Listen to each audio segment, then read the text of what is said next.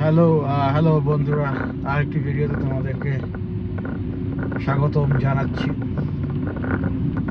তো আমাদের পার্শ্ববর্তী দেশ মায়ানমার, এই মায়ানমারের যে আমাদের পাশে যে বর্ডার, ওই বর্ডারের ওপারে যে মায়ানমারের যে প্রভিন্স বা স্টেট রয়েছে, সেই স্টেটের দখল নিয়েছে আরাকান আর্মি নামের একটা, আরাকান নাকি আরানাক, নাক বা কান বা চোখ কিছু একটা হবে, ও না মনে পড়েছে কান, হ্যাঁ।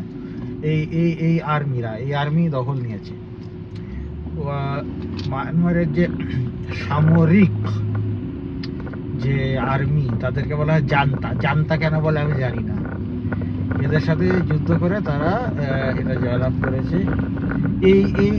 এই আরাকান আর্মি শহরের বাচ্চাগুলোই বাংলাদেশের যে রোহিঙ্গা যারা আছে,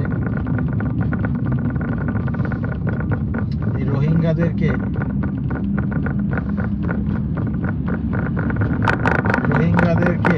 হচ্ছে তারা করতো, অত্যাচার নির্যাতন করে দেশ থেকে বের করে দেশ থেকে বিতাড়িত করেছিল। একটা সেকেন্ড বন্ধুরা, তোমরা দেখেছিলে যে আমার আগের ভিডিওর ব্যাকগ্রাউন্ডে তোমরা একটা খটখট আওয়াজ শুনছিলে। এই খটখট আওয়াজটা হচ্ছে আমার গাড়ির যে চাকা, যে টায়ার, সেটা পুরোপুরি ফ্ল্যাট হয়ে গিয়েছিল, পেছনের লেফট সাইডের টায়ার। তো আমার গাড়িতে ফরচুনেটলি একটা টায়ার ইনফ্লেটার ছিল। এই যে টায়ার ইনফ্লেটার ছিল, এটা দিয়ে আমার গাড়ির টায়ারটাকে আবার হাওয়া দিলাম। হাওয়া দিয়ে এখন আছে, মোটামুটি চলছে, যাওয়া যাবে। তো হ্যাঁ, এই লিকটাকে সারাতে হবে। এই জন্য আগের ভিতরে তোমাকে ব্যাকগ্রাউন্ডটা খটখট খটখট খটখট খটখট একটা নয়েজ ছিল। আমি চেষ্টা করব এডিট করার সময় নয়েজটাকে নয়েজ করে দেওয়ার জন্য, নয়েজটাকে রিমুভ করার জন্য। দেখা যাক কি হয়। তো হ্যাঁ, যেটা নিয়ে আলোচনা করছিলাম যে এই আরাকান আর্মি যারা যেটা করেছে, যে এরা দখল করেছে। এখন কলকাতার বিভিন্ন আমাদের পার্শ্ববর্তী মিডিয়া বলছে যে এরা নাকি আমাদের দেশকে দখল করে নেবে, সেটা নিয়ে নাকি ভয় পাচ্ছে। আরে ভয় তো পাচ্ছে ওরা।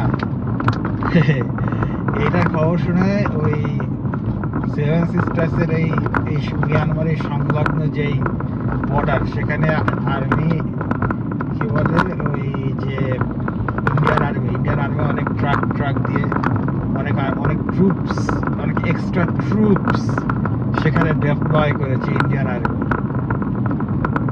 সতর্ক থাকার জন্য।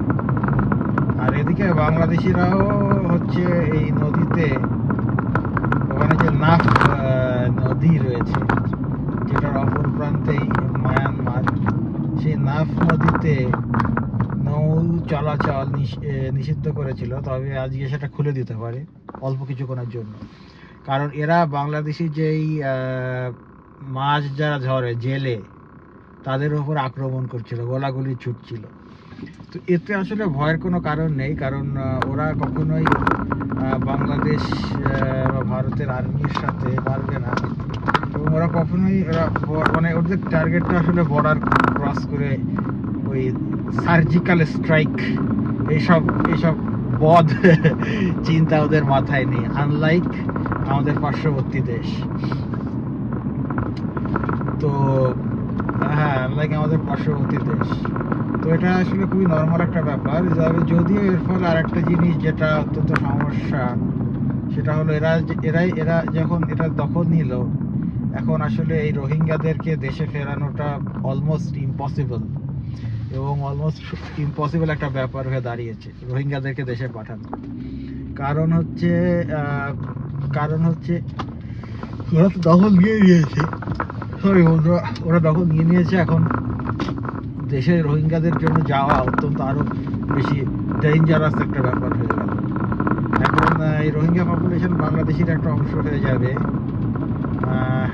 সেরকমই আমরা দেখতে পাচ্ছি। তবে হ্যাঁ, এটাই হচ্ছে মেইন ব্যাপার। তবে এতে বাংলাদেশের